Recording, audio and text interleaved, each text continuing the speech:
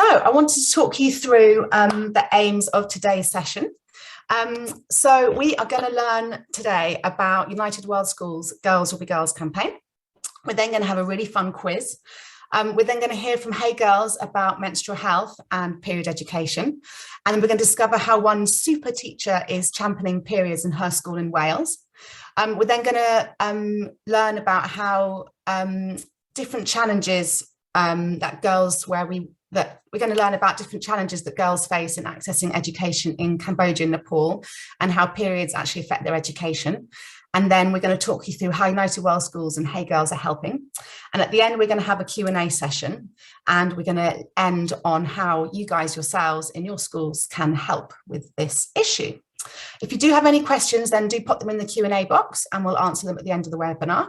And just to let you know that we're recording this session and we'll be sending it out to schools who are unable to attend today. We've had lots of interest, so we're so delighted you're here and that we've got other schools who'll be watching this afterwards. I just wanted to mention that at the top of this webinar that we recognise that not everyone who menstruates are girls and women, and that trans and gender non-conforming people can also menstruate.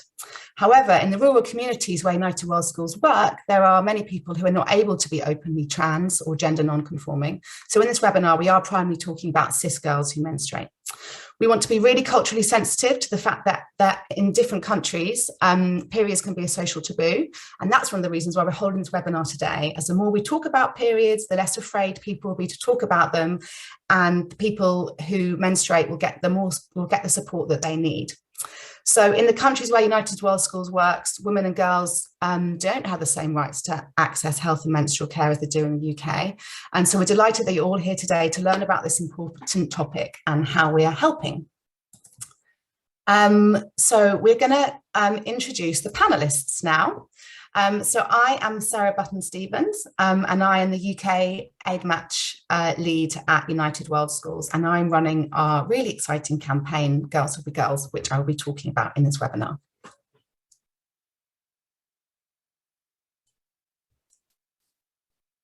Kate, would you like to introduce yourself? Thanks so much, Sarah. Hi, everybody. My name's Kate. I'm one of the co-founders, along with my sister, of Hey Girls. I'm also a director. I manage donations and education. Hi, everyone. It's great to be here today. My name's Ellie, and I work in the programmes team at United World Schools. And part of my work focuses on how we can continue to improve our schools so they're more inclusive to all children, to overcome the barriers to participating and doing well in school for all students. And I'm delighted to be here today and be part of this conversation. Hi everyone, my name's Amy Rowlinson. I'm very, very honoured to be here today, really excited to be part of this. I teach in a school in North Wales, in Buckley, and a shout out to my class who are hopefully watching right now. I'm a PE teacher and I have a huge love of sport, but part of my role is also Director of Health and Wellbeing, so I support all students with their wellbeing. And I'm just somebody who is very keen on everybody having equal opportunities and really empowering women and everyone to have great choices and equal opportunities in what they do. Great, thank you.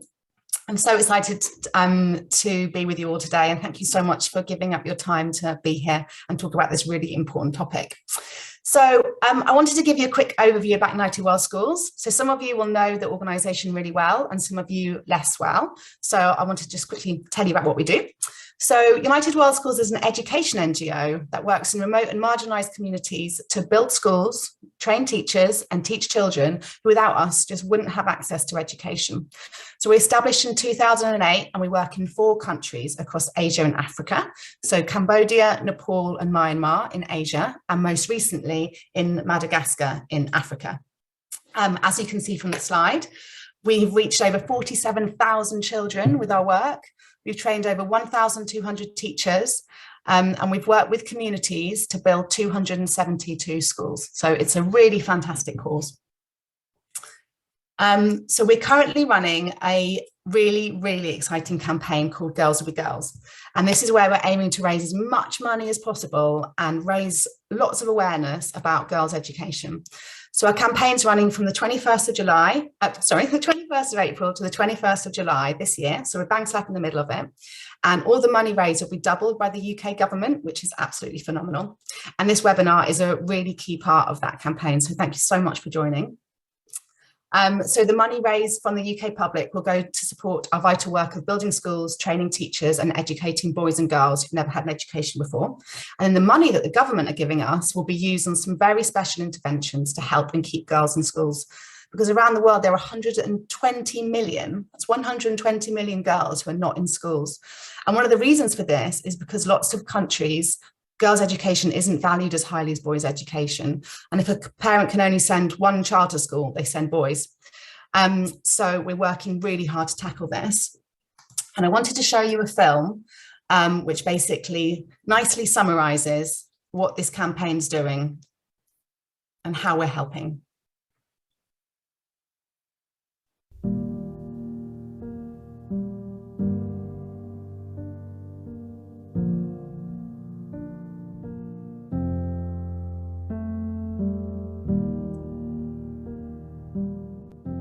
In many of the world's poorest places, girls are given no choice but to dedicate their whole life to the home.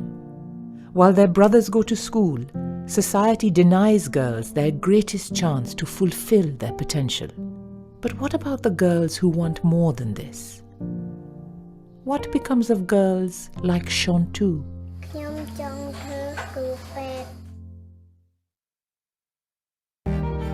If you stand with them, your donation will be doubled by the UK government, and girls will get the education that is their right.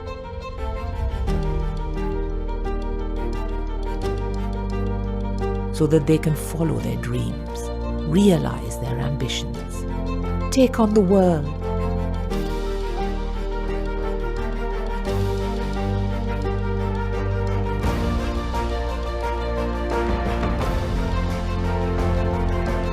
With your support, girls will be whatever they want to be. Girls will be girls, and the world better get ready.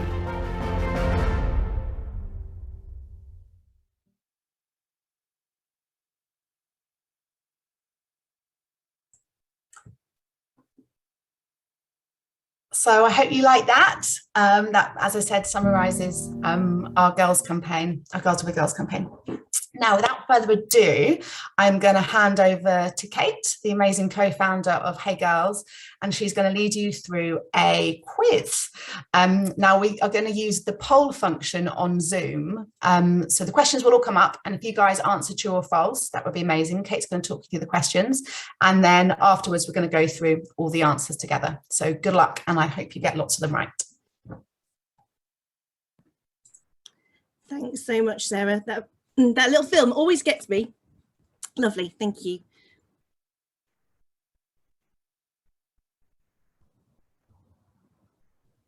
Here we go. So hopefully you'll be able to see now the true or false box pop up on your screen. So what I'll do is I'll go through the questions, answer as we go, and then we'll go back and then I'll give you the answers and a bit of context over why it may be true or false. So hopefully I can see your answers. So over 50% of girls aged 14 to 21 in the UK have missed a part day or full day of school because of their period. True or false?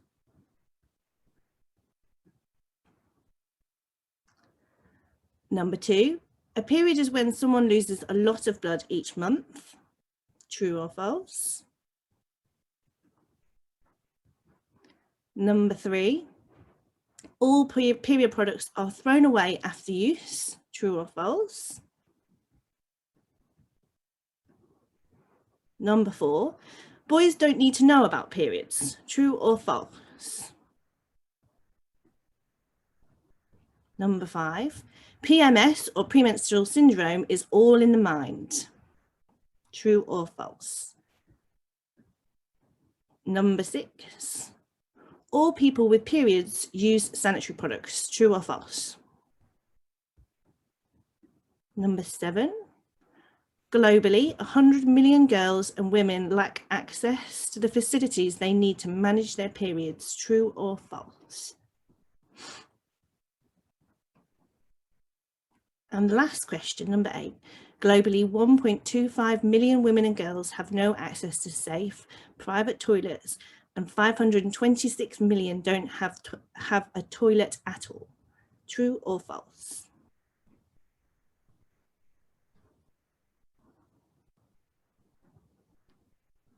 Thanks, Rowan. And there we've got the answers. So I'll just go through a bit of context to why these are true or false. So over 50% of girls aged 14 to 21 in the UK have missed a part day or full day of school because of their period. Absolutely true. 64% of girls in the UK have missed a part day or full day of school because of their period. And we know that actually that can be much, much higher. And I'll go through a little bit of why that may be when I go through my slides. So number 2, a period is when someone loses a lot of blood each month. So it's actually false. The average blood loss is around 1 to 2 egg cups full, but it can look much, much more. If someone is losing a lot of blood, they should see their doctor. So 1 to 2 egg cups full on a white period product can tend to look like a lot more, but actually it's not. For most people, it's not very much at all. Number 3. Period products are thrown away after use. So some of you thought true, some of you thought false. It's actually false. So some period products are disposable, so they're obviously thrown in the bin, and some period products are reusable and they're used and washed and worn again. Nice to see that you all answered false for the next one. So boys don't need to know about periods, which is absolutely false. Everyone needs to know about periods regardless of your gender. So PMS, premenstrual syndrome, is all in the mind. Absolutely false. PMS is a real thing. It's all different for people. There's also a slightly more serious version of PMS, which is PMDD, and it is something that people will need support from their doctor, GP for. Number 6. All people with periods use sanitary products, which is false. So people who live in poverty often don't have access to sanitary products. So economically disadvantaged women and girls living in rural countries like Cambodia, Nepal, Myanmar and Madagascar may tear up cloths to use as period products to wash and reuse and eventually throw them away. This poses a danger to their health. Some might be shunned from their community whilst on their period and told by their family to stay outside the home. Sadly, this historical practice poses even greater risk for girls. Number 7. So globally, 100 million girls and women lack access to the facilities they need to manage their periods, which is actually false. Statistics reveal it to be more than 5 times this, around 500 million. So that's 500 million women and girls lack access to the facilities they need to manage their periods safely. And number 8, globally, 1.25 million women and girls have no access to safe private toilets, and 526 million don't have a toilet at all. And that is true. Absolutely right. You all got that. This is indeed true. And the global statistics on period poverty are absolutely staggering. So thank you all for participating in that true or false.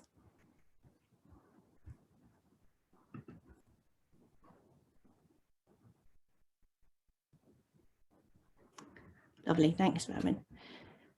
So I introduced myself already. Hi, my name's Kate. I work at Hey Girls. I'm one of the directors, co-founders, education manager and donation manager. I think Rowan's going to show a little video of who we are and what we do, if we've got that. Thanks, Rowan.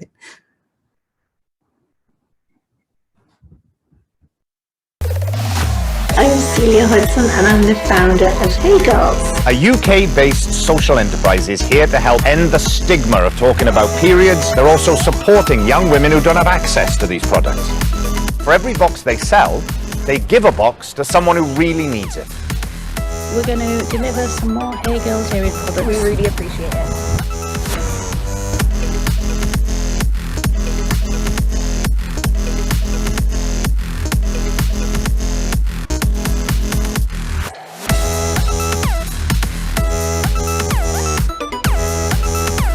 Thank you very much, Hey Girl.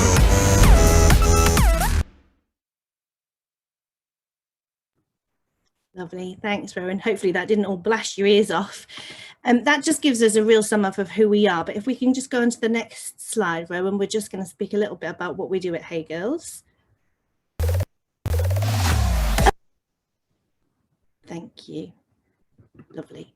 So 1 in 10 of us in the UK can't afford period products. Unfortunately, the statistic is actually wrong due to recent discoverings. In the last 2 weeks, it's actually 1 in 9 people now, after we've been through the pandemic, through the benefit cut and through the cost of living increase. So these statistics is why Hey Girls was born 4.5 years ago. And it's actually 1 in 4 in Scotland. And we have just recently branched out into Australia, which is 1 in 4 as well. So period poverty, although not spoken about as a lot, is rife. People being forced to use alternative methods to keep themselves from not bleeding onto their clothes, including socks, bread and newspaper. And more than ever, it's people who are working. So I think we used to have a very different view of what poverty was, where we think it was people who are experiencing homelessness. And that is absolutely not true anymore. It's the people sat with you in your classrooms. It's the people stood behind you in the queue in Asda. It's, after the pandemic and the cost of living increasing, this statistic is unfortunately going to change for the worst. But what we can do is, through the work that we do in Hey Girls, is trying to combat this and trying to fight period poverty. And that's what we do every single day. On to the next slide, please.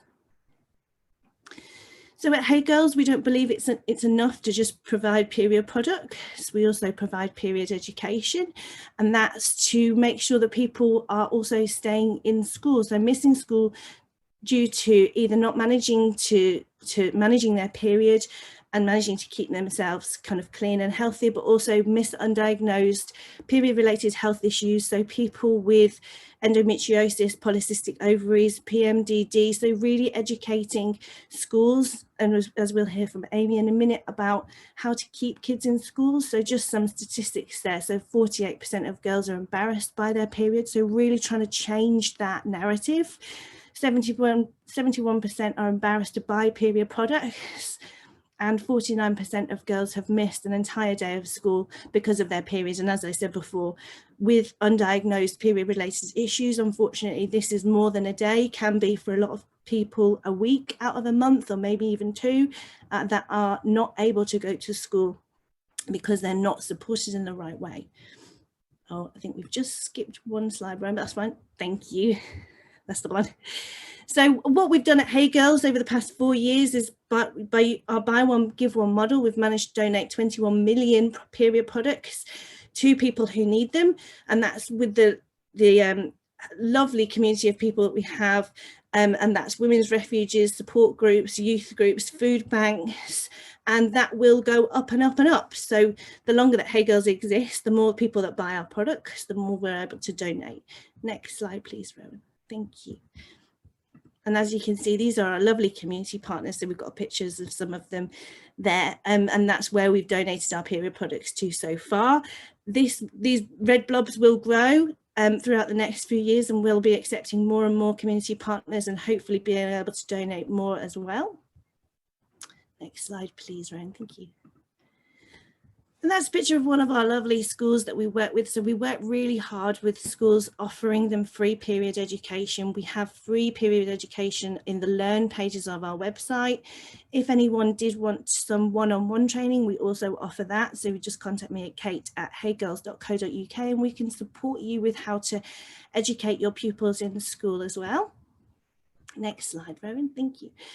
We have some amazing resources. As I said before, we've got the comprehensive lesson plans, but we also have My Period cards, which are brilliant for in school or at home if you've got a parent who is struggling to, broach the subject of menstruation with their children. And these are just 50 cards that are conversation starters around everything periods, everything from menopause to discharge and everything in between. Thanks, Rowan.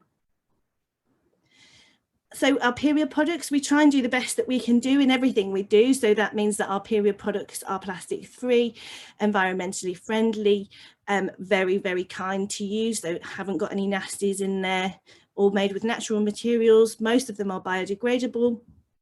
Next slide, Rowan, thank you. So we have pads, tampons, cups, period pants, reusable pads, and these are just some of our products. So we've got the disposable tampons. So we have non-applicator, cardboard applicator, and bio-based applicator cardboard tampons. And then the reusable products, so we have a whole line of reusable products, which I think Amy will probably speak about in a moment, that are really, really successful now in schools and with young people, which is brilliant because obviously much better on the environment. So period pants, 5 pairs of pants should probably last you your whole cycle. You can wear a pair of period pants for 12 hours and then just pop them in the wash. They dry really, really quickly, and then you can just pop them on again the next time you need them. And they're really nice for bedtime as well, really comfy. We have some that come up really high. Next slide, Rowan, thank you. So that's just a bit about the period pants there. So soft organic cotton fabric lined with extra super absorbent layer, and they last up to 5 years. So once you've got 5 pairs of period pants, you're good for 5 years. You don't need to wear or buy any other products. So a really, really economically friendly way to manage your period. Next slide, thank you. And also we sell cups. So cups are becoming more and more popular, especially with young people, especially with people who do sports or swim. So a cup that you can wear for 12 hours, and then you just empty the cup, wash it out, and then you can pop it back in. They come in 2 different sizes, so a small and large, depending on how old you are and if you've given birth vaginally. And once you have a cup, that is good for 10 years. So that is the most economically friendly way to manage your period. Cups do need to come with a little bit of education. So it's about how about getting it in and getting it out. Once you educate yourself and give it a go for a couple of weeks, normally people never look back. So if you did want to try any period products, you can go onto our website, which is www.heygirls.uk, or get in touch with me, so kate@heygirls.co.uk, and we can have a chat about it. Thanks so much, Rowan. I'll pass back to Sarah. Or on to Amy. Thanks, Amy. Thank you so much. Welcome everyone. I hope you really enjoyed that from Kate. I've worked a lot with Kate and she's been really, really helpful, really inspirational in what I do in my school. So at the school that I'm at in Buckley, Elvid, we have about 1,000 students, and part of my job is to work really, really hard supporting students with their well-being. And a key element of that is supporting students with improving their attendance. Making sure everybody has equal opportunities, and to help also keep girls in school and people who have periods to keep them in school, and make sure there's no barriers for their attendance, particularly in regards to people who have periods. So that's a key element of my job. So I wanted to touch on sort of 3 aspects really today. So I wanted to talk a little bit about what we do here at Elvid, how we've broken down barriers, and also a case study to share with you as well. Excuse me. So in terms of what we do here at Elvid, is a key element really has been the lessons that we do with students. So we make sure that every child, whether they're male, female, transgender, will have access to period lessons. So every child has wellbeing lessons, which are timetabled lessons where they learn about a variety of wellbeing topics. And we make sure we dedicate some of those lessons to periods and menstrual health. And that's from students in year 7 when they start, right the way through to when they're in year 11 and they leave. And we really try to make sure that's done every year, and the content obviously changes to match the child's age. And they are taught in mixed sex groups, which I feel is really, really important, because we know that everybody needs to learn and understand and be educated about periods and menstrual health. Those lessons are predominantly taught by myself. They are sometimes taught by the child's tutor, and the other person they're taught by is Mr. Breeze. He's one of our science teachers in school. He is somebody who also does a lot of work on mindfulness and well-being. So these people, hopefully myself, the tutor and Mr. Breeze, are very much trusted staff, and we work really, really hard on our relationships with our students to make sure that we're very approachable, and that they can come and speak to us about anything. We found that really to be key in the delivery of these lessons, the staff that deliver them. In these lessons, we talk about the biology element of periods, excuse me, and we also use a lot of the Hey Girls resource, well, we use all the Hey Girls resources, the educational resources, and they're absolutely fantastic. So we use the biology element first as an introduction. And we also, as well as teaching the children, you know, the scientific language and the correct language there, which also will benefit them for their curriculum in science. But we also make sure we use informal but appropriate language as well. So it's accessible, and again, it's breaking down those barriers of perhaps it being inaccessible and very scientific. So we make sure we use a mixture of our scientific language and also informal but very appropriate language. Another thing we do right at the start, and that a very easy little start, it's very, very small, but again, it's just tiny steps to try and break down any barriers and to make sure people aren't as embarrassed, perhaps as they are. Here in Wales, we do a lot of Welsh in our school, and a small part of that is answering the register in Welsh. So that is Uma. So you've learned something in there, something from some Cymraeg. So when the children answer the register, they say Uma. When they're doing their period lesson, instead of saying Uma, we say period. And for some children, that's been quite a barrier to overcome, just actually saying the word period. But once they've done it a couple of times, they really get in the swing of it. And that's just something that we do that, again, it lightens the mood, it's a bit of fun, and hopefully it's just, again, breaking down those barriers. We also, in the lessons, as well as talk about the biology aspect of periods, we talk about lots of different products, and we really emphasise the reusable products that Kate spoke about, and they are a key part of our lesson. We also make sure that when we are showing the products, so for example, Mr. Breeze does this in his lesson a lot. He, being a scientist, he gets them all set out and he has all his liquids and he's testing them out. And we make sure, again, he's using red liquid because that's the colour of period blood. So we try to avoid using blue water and things like that, as people may well have seen on adverts in the media and things like that. So we really try to make it very realistic and real life. Another thing we do in our lessons is we touch upon the media, like I just said, and we really do a lot of work on the environment. Our students here at Elvid are very pro saving the planet, as we all should be. So that's a key element, again, of our lessons about the reusable products and in terms of the plastic waste and what we can do. And obviously, what our girls and people who have periods here in Buckley create in terms of waste from non-reusable products will have an effect on some of the people that we're trying to support out in Cambodia and those rural communities. So that's a direct impact of what we do here, and what products our children use in school will have an effect globally on the environment and, you know, rural communities that we've spoken about. So that for us is really important, and our young people find that really important. The feedback that we've had from those lessons, and I can say from my own experience, is that the lessons have gone down exceptionally well. The boys in those lessons really enjoyed those lessons, and I was a little bit concerned, but those concerns weren't correct at all. The boys were really good. They were very engaged. They actually, generally speaking, were able to get, you know, were engaged more in the lesson. Perhaps they didn't feel as embarrassed. And the contributions that they've made have been absolutely fantastic. And some of the work that they've produced from those lessons we've made into posters and things to put around school, the engagement from our boys has been very supportive and really well received. So that was a real positive. Once we've done our lessons for all in mixed sex groups, we then do a follow-up lesson. And this is done in a PE lesson. So as I said, I teach PE, love sport. And I work with Miss Twentyman, she's my colleague in PE. And we then do a follow-up session just for girls and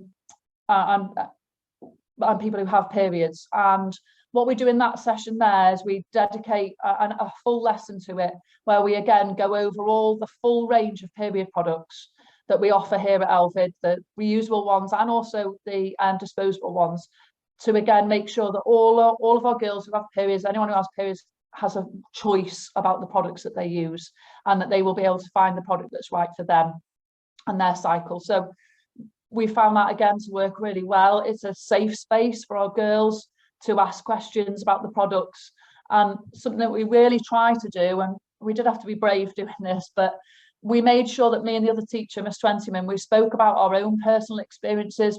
We are girls, we have periods, and we felt we needed to be able to talk about that. And that again was part of trying to break down those barriers and the taboo that surrounds periods, yes, teachers have periods. So we speak about that, and we make sure that we've used all the range of products ourselves, and we talk about, you know, the pros, the cons, how, you know, cups, for example, about how you have to practice using them and things like that, and the different folds that you can use and things. We made sure that we were able to speak about that from our own personal experience. And although we had to be really brave doing that, it's worked really well. And I hope that means that girls can speak to us more openly about it. And again, it's broken down those barriers. We found the reusable products are amazing.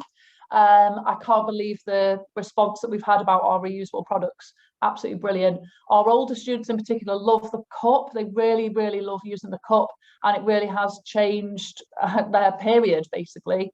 They've used that and they haven't looked back since.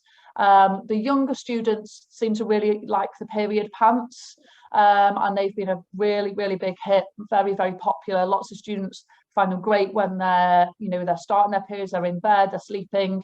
They really like those. They feel they're very comfortable, they don't leak, and they feel very secure in using those period pants. So for us, they've been the most popular products, really, and just having that safe space for our girls to talk about it with female staff has been, again, really, really positive.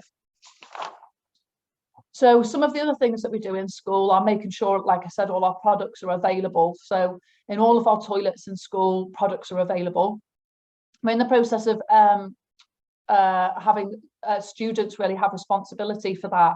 So we've picked one student so far in year 10, and we've picked a very prominent student, very confident, popular young lady in school, and she's going to be our sort of period product monitor, and we need to think of a good name for her, but she is going to go round as a student sort of ambassador, really, for periods, to make sure that the products are there, they're stocked, that they're being used appropriately, and also a bit of student voice that we need these. The students would like to have tampons with applicators or without, or we'd like to have more of these accessible. So we're trying to set that up at the moment to make sure that that's sort of monitored, and we've got learner input, student voice there on that. We make sure products are given out in PE. So again, me and Miss Twentyman, our PE lessons every half term, we give out products to everybody. Also, we've got a brilliant partnership with Hey Girls. So our county, Flintshire, set up a link with Hey Girls where everybody could go on and order a home delivery service of period products of their choice. So again, we dedicated a whole PE lesson to this, going through all the period products and then giving children the opportunity, everybody, to go on and order the period products of their choice.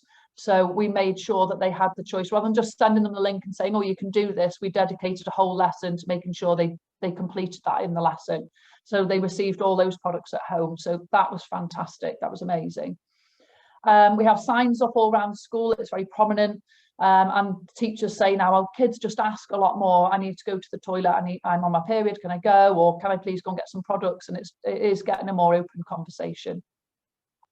I also do a lot of work with our staff, and this is something that I need to do more on as well.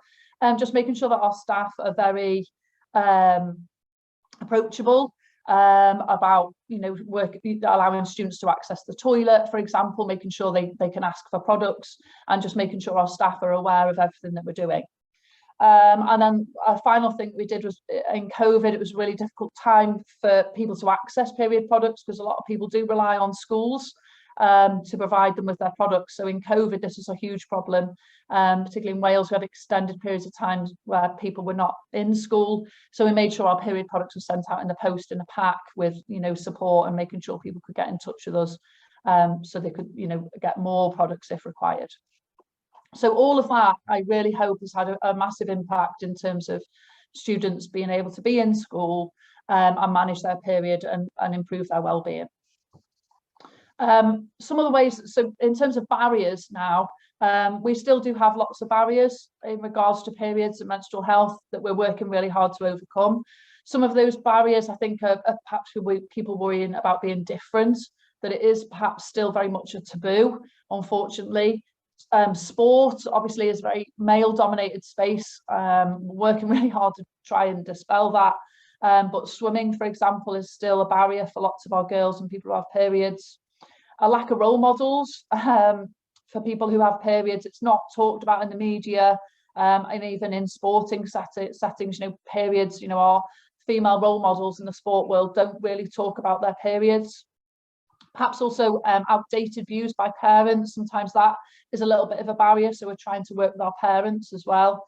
Also cost, availability of products, and also product awareness. So they are some of the barriers that I think our young people face. And some of the things that we're doing in school, as well as all the lessons and things I spoke about just previously, me and Miss Twentyman, my colleague in PE, we really try and make sure that we are role models in what we do, not just in relation to sport, but also in relation to periods. So like I said, talking about our own experiences, promoting sport for all. So again, it's just that equality and everybody having that opportunity, whether it be in relation to sport or periods, it's the same approach.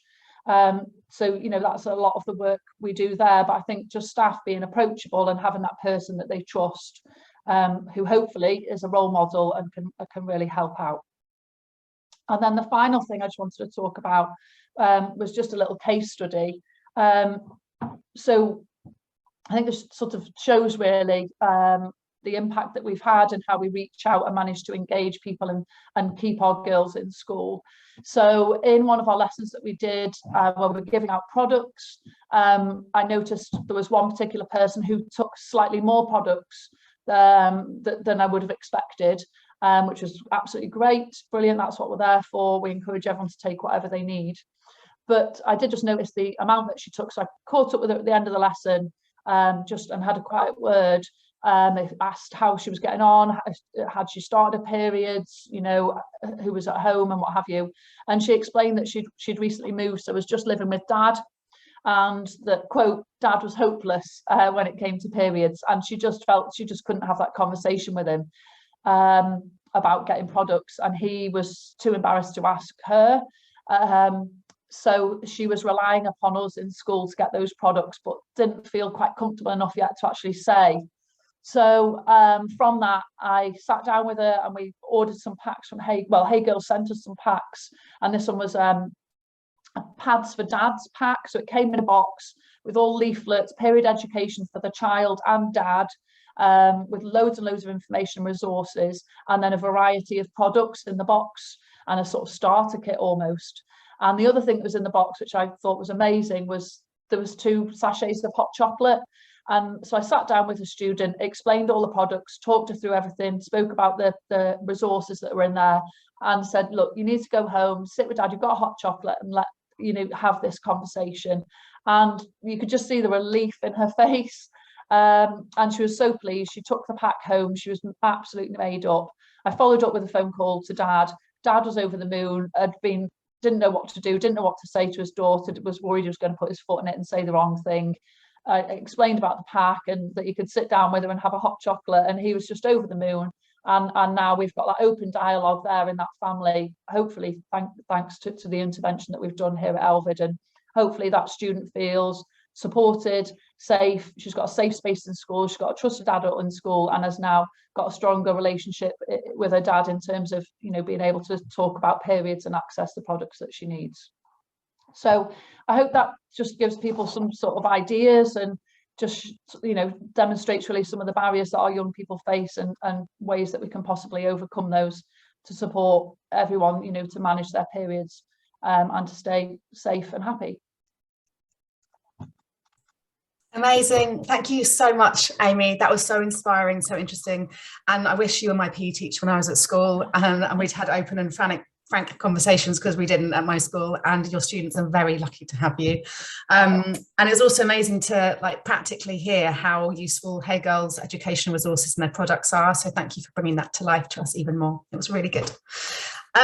So now we've spoken about the UK context and how Hey Girls and Amy are helping. We're now going to talk a bit about United World Schools work.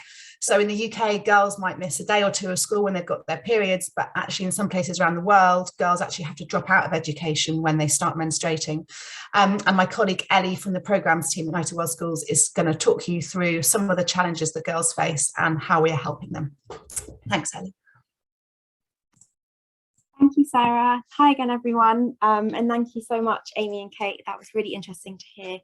the work you do, and Amy, particularly in the schools, and how you really champion this. Yeah, incredible. So Rowan, if we could please bring up the slides. I thought there may be some people here that might not know as much about United World Schools as others. So I thought I'd do a brief overview of what we do and a bit about the communities where we work, and then going on to talk about some of the barriers that girls face to access and stay in school. So as you can see on these maps here, United World Schools, we work in 3 countries in Asia, in Cambodia, Nepal and Myanmar, and 1 country in Eastern Africa, in Madagascar. In both these countries, there are really high levels of poverty, inequality, and there are really high numbers of children that are of primary school age that are out of school. Children may have never been to school before, or have dropped out of school. We could go to the next slide, please. As you can see in some of these photos here from communities we work in Myanmar and Nepal, the communities where we work, they're really rural and remote. They're located very far away from cities and towns, and they have their own unique traditions and cultures. And some communities speak a different language to the language that's spoken as the national language across the countries. And where we work in Cambodia and Nepal, many community members are farmers, and most families rely on subsistence farming, which is farming that provides food for their family to live on, but not many produce enough to be able to sell and earn some money through those activities. You can see in the photos here, many children get involved and help their families on their farms, and also with household work and chores to really support their family to get by. We go to the next slide, please. Yeah, so in many rural communities, they're out of reach of basic infrastructure like schools, roads, hospitals, electricity, clean water access, and many children aren't given the opportunity to get an education. So they've never experienced stepping foot inside a classroom, learning to read or write, or even being inspired by an amazing teacher. And without this access to education, communities in remote areas have very little chance of escaping poverty and improving their life circumstance. So at United World Schools, we're so passionate and dedicated to changing this. We work in communities where no one else does, and we partner with communities and local governments to tackle barriers to education, such as the distance of the schools being far away. Some schools are 3 or 4 hours walk away, which means that students can't attend. And there are also language barriers that prevent students from participating in school, along with many other barriers, and we'll be talking about those a bit later on in terms of girls' education. And what United World Schools does is we build and establish schools in these remote communities to provide education in a language that the students can understand. And we really strive for our schools to be inclusive and to ensure that we're equipping the students with the tools they need for their futures, and to empower themselves and to determine their own futures for themselves. We could go to the next slide, please. Thank you. But currently, as Sarah has mentioned, there are 129 million girls currently out of school, and they're denied their right to education. In the remote communities where we work in Cambodia and Nepal, many girls face barriers to education, which can be caused by poverty, cultural norms and practices, and poor school environments, amongst other barriers. Many girls leave school early, while others have never had the opportunity to go in the first place. A statistic in Cambodia shows that only 70% of students complete their primary education, and amongst the poorest children, this drops to around 47%, which is very, very low. And in Cambodia, almost half of women from rural areas can't read or write, compared to 14% of men. So there are really large gender inequalities within communities in regards to education. And with the lockdown and school closures during COVID, I know it's had a huge impact probably on all these students on the call, on how it's changed the way you learn over the past few years. And within the communities where we work, we deliver distance education programs and try to continue to deliver education in the communities we work.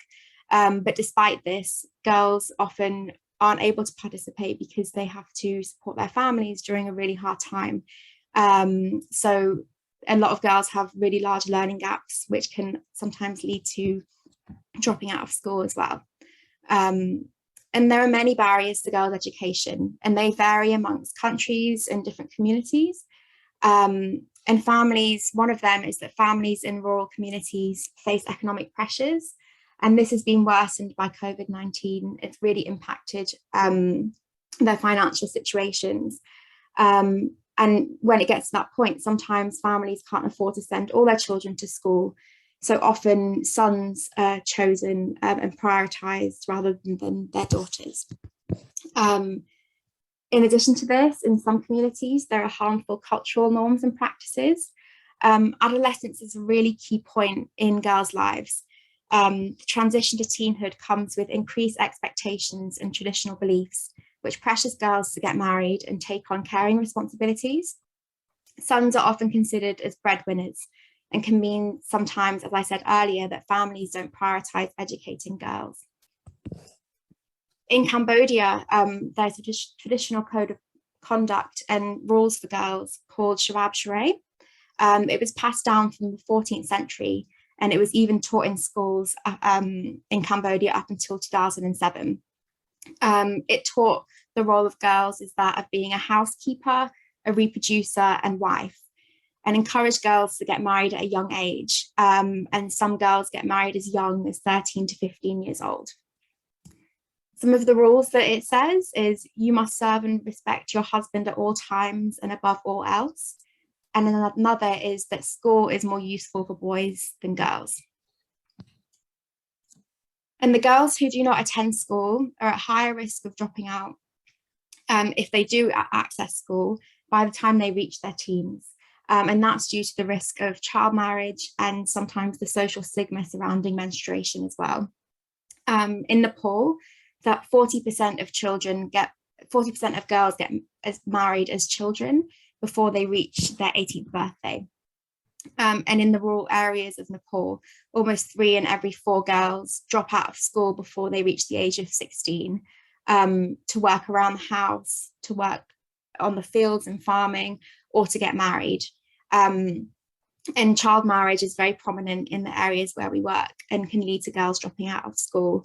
And it's a really large barrier for girls trying to stay in education or to access it. And even when girls are able to get into school, some schools don't meet the safety or needs of girls, such as having adequate, safe and private bathrooms where they can manage their periods hygienically at school. And in others, girls are held back in the classroom by damaging stereotypes, resulting in gender gaps in learning and their skills development as well. So as you can tell, as I talk through, there are multiple very complex issues that and barriers for girls that really need to be solved in order for them to access school and to really stay in school and participate as much as they can. And in the remote communities in Nepal and Cambodia, many people who menstruate, they can't afford sanitary pads. And in some communities, those products are just not accessible to purchase. So as Kate mentioned a bit earlier, sometimes that results to people using alternative methods, such as ripping up old cloths or rags when they're on their period. And as you can imagine, if you were using those products whilst attending school, you'd feel really uncomfortable and you would worry that the cloth isn't absorbing the blood, and you'd be worried that it would leak. And in addition to this, menstruation is a stigmatized and taboo topic in Nepal and Cambodia, and across many other countries in the world as well, particularly in rural areas. There is a general lack of awareness and knowledge around the onset and management of menstruation amongst girls, but also amongst teachers and parents. and other people that menstruate. And they can often face discriminatory behaviour and practices while they're on their period. For example, in some rural communities in Nepal, there are harmful cultural beliefs that menstruating people are untouchable, dirty, and impure. And some children are still forced to isolate themselves when they're menstruating. And this is an ancient practice known as chapadi. It involves people having to live in a separate hut or shed for the duration of their period, or sometimes even longer, because it's believed that they will bring bad luck or ill health to their family when they're on their period. Even though this practice was made illegal in 2005, forms of chapadi are still prevalent in the rural communities, and they can cause a range of health issues along with physical and psychological hardship. And in the communities where United World Schools work, we've done quite a lot of research around this and found that in Nepal, for example, girls that can't access products, period products, end up having to use cloths and rags, as I mentioned earlier, but also they often have to leave to a different house when they're on their period, or they may not be able to leave their homes or their rooms, or even enter the kitchen, engage in religious activities. And sometimes they need to avoid seeing their brother and father as well due to cultural beliefs. So these practices, along with having no access or limited access to period products, means that a large amount of time when people are on their periods is lost from not being at school. And that can lead to children missing more and more school, becoming behind in their studies, which can lead to school dropout. But what we believe at United World Schools is that receiving a quality education is a human right for every child, including girls. And we're really dedicated and work really hard to ensure that all girls and children learning in our schools are safe and that they're included. And we've done a lot of work already to try and include as many girls as possible within our schools. But there's always more that we could be doing and that schools around the world could be doing to supporting girls through their education. And it's really beyond, enabling girls to get into school and providing schools.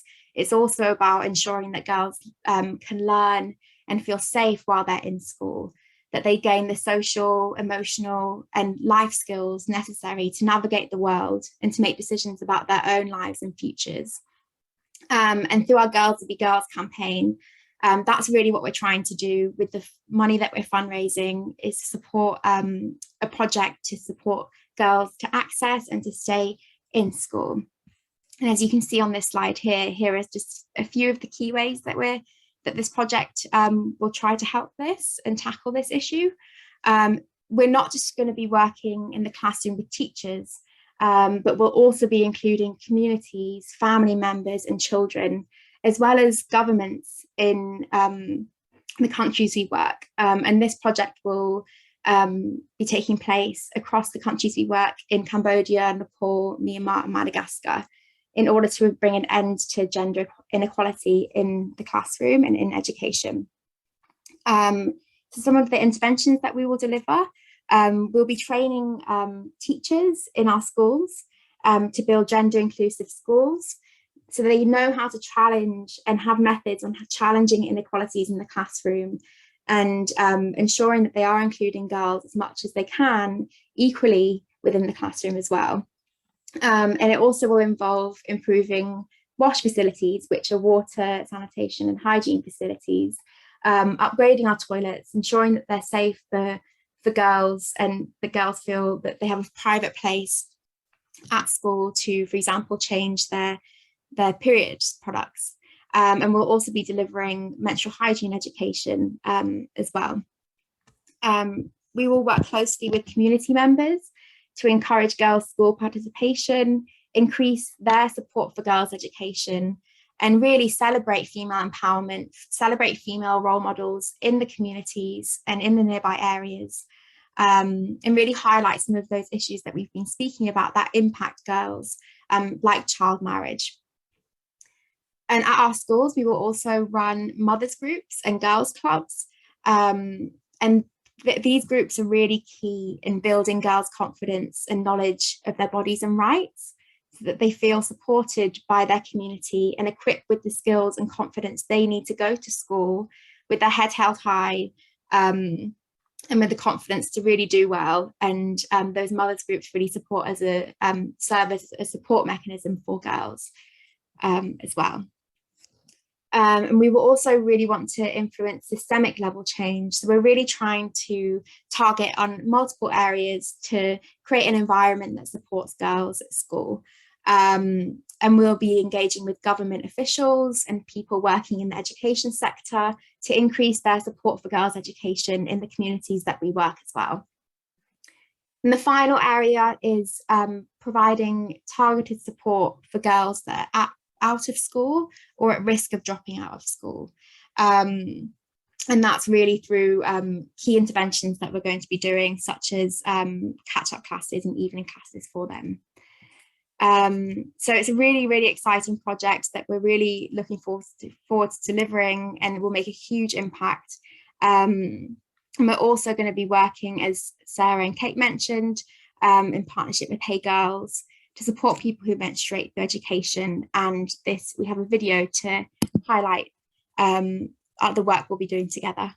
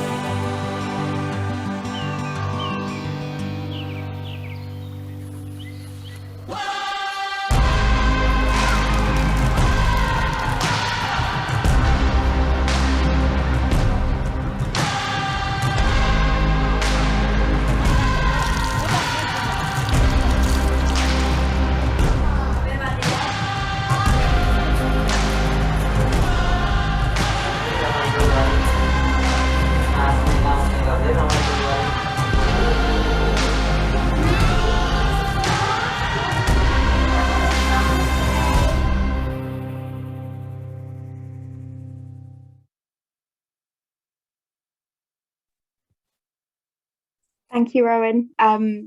Thanks, Sarah, as well.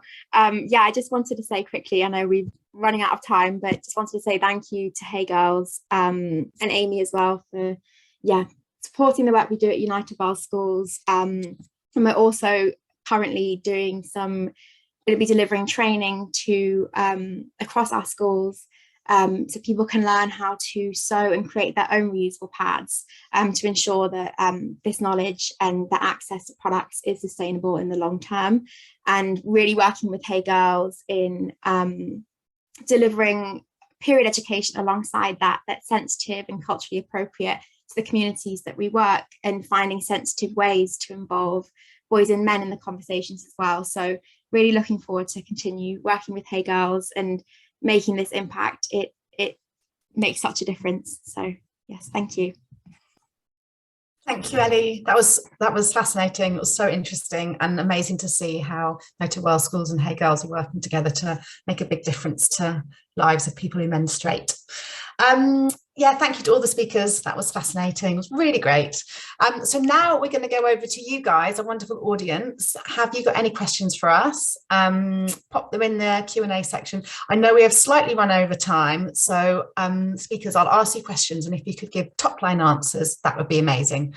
And schools, if you want to get in touch with any more questions you have for any of the speakers, then please do. We'll send up a follow-up email after this with the recording, but so respond to us if you've got any more questions that unfortunately we don't have time for today. Oh, we have a question. The first one is, what more do you think men and boys can do to support women, girls and non-binary people to menstruate? Amy or Kate, who would like to take this one? Do you want to, well, from a school point of view, from my experience, I think just men and boys, I think just being a bit more understanding, having that awareness. That's why we spend so much time in our lessons educating boys and girls. And yeah, like I've found that men and boys are there and they are right behind us, and just having that understanding, that awareness, and also that it will impact them. You know, one person says, yeah, but I'm never going to have a period. Yes, but you live in a household probably with a female, you will have friends who is a female, you may have a partner perhaps who's a female. Females make up roughly 50% of the world's population. You come into contact with people who have periods, so it's something we need to know about. So yeah, I think just being supportive, understanding, and yeah, just being aware. I think that's it, and just helping out. I always ask, you know, if boys have a friend or partner who's on their period, just to encourage them perhaps to be someone they can talk to. And it doesn't matter if that person they're talking to is a boy and a girl, just supporting each other, I think, and having that awareness. Yeah, definitely. Thank you, Amy. Just kind of want to echo that. And we have a section on our website, Hey Boys, and as Amy said, we have the Pads for Dads kits. Educate yourselves, educate, educate, educate. That's all that guys need to do, and be compassionate and understanding, and not about it's not about teasing. It's about having compassion about what that person's going through. You know, periods can change people's lives and change people's relationships. Any kind of period related issues can have a really significant impact on people's mental health as well. So understanding, as I say, educate, understand what's happening to that person and how you can help, and that's really the best thing to do. Thank you both. We've got a question for Ellie now. So when you work with teachers and staff in remote communities in Cambodia and Nepal, how do they respond to conversations about training around menstruation? Yeah, so it's a great question. It varies amongst people, amongst communities and the countries that we work. There are some people that, like I said before, there is a big taboo and stigma around period and education around periods. So we do get mixed responses, and that's why it's really important in developing a way to really sensitively introduce these conversations to communities. But what we found, a lot of our staff are really open to having open conversations about periods, because they really want to find ways how we can support people who menstruate in our schools. And I think you may think sometimes that the male staff members may not be as engaged, or may be a bit more shy to talk about periods. And we do find that some people can get shy, but often that's because they feel like they don't experience it, and they don't have the knowledge around to input into conversations. And another thing is that we have found that some of our team members, I know particularly someone in our team in Nepal, he is fantastic at delivering and has experience delivering this education to communities, girls and boys and people who menstruate in communities. And he does a fantastic job of being someone that's a man and delivering that education.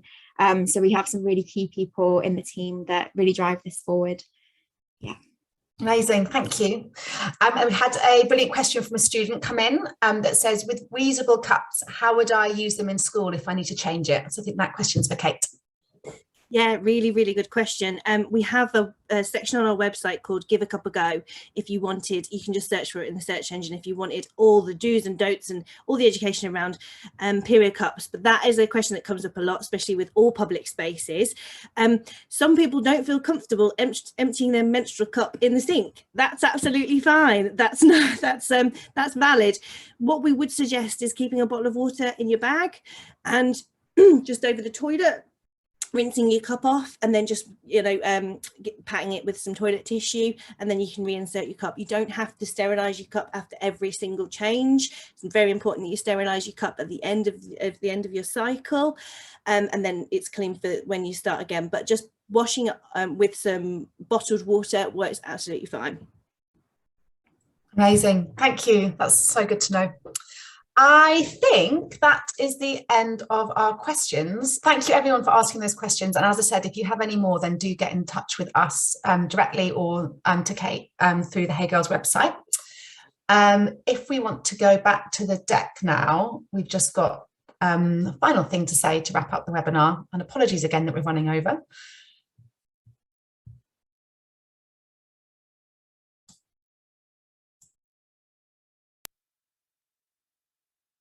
Fab. So how can you all help? So with what you've learned, how can you help? So you can help those with periods to overcome stigma, and you could help your school become more period friendly. So have open and honest conversations with periods, speak to teachers, speak to peers, see if you've got any champion teachers like Amy who might be able to help break down the stigma around periods and talk about it more openly. You could fundraise for United World Schools Girls Will Be Girls campaign. So as I said at the beginning of this webinar, this campaign is a UK aid match campaign, which means all the money that we raise before the 21st of July will be doubled by the UK government, which is so exciting. So if you were to raise £40, for example, this will get matched by the UK government to £80, and this is enough to educate a girl for an entire year in one of our United World Schools schools. So any fundraising that you could do for us would be hugely appreciated and will make a big difference to children around the world.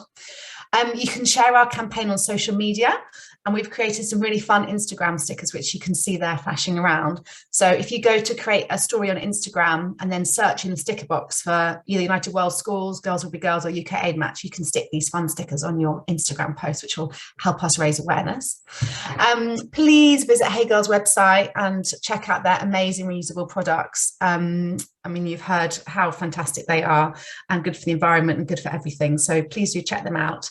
And then teachers, download Hey Girls awesome educational materials, which are all for free, and do get in touch with them if you have any questions. So that brings us to the end of our webinar. Thank you all so much for coming. It was great to have you. Great to have the people who came today, and also great to those who will be watching this afterwards at another time.